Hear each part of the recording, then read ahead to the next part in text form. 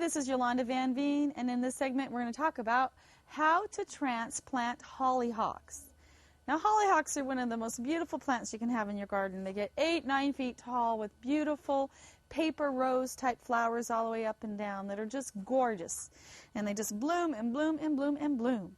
So the best time to transplant a hollyhock is when it's not blooming.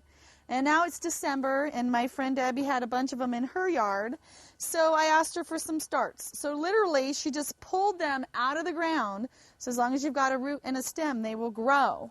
And you can start them by seed in the spring as well, but transplanting them by root is the easiest thing that you can do. And the winter and the fall or early spring is the best time to do it. So you just pull them right out of the ground. You can dig them up too, but they'll pull right out. And we just turned them around and put them in a bucket of water. And I'm just going to keep them in this water till I transplant them. And what happens is they just continue to grow roots right into the water. It's amazing. So you can transplant them right away, or if you want to store them for a bit, just leave them in the pot. And they don't look like much. They look like something you should throw away.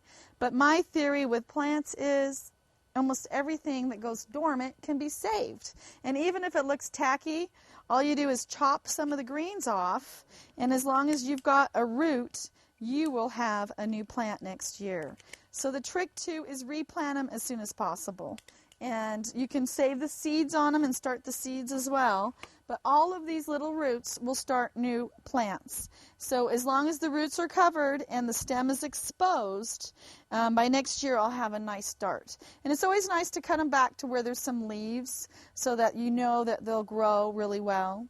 But I'm just going to turn around and plant these about 3 inches deep so that the root's completely covered in full hot sun. They need a real sunny spot to do well. They do not like the shade at all, and really good drainage. And next summer, I am going to have hundreds of hollyhocks.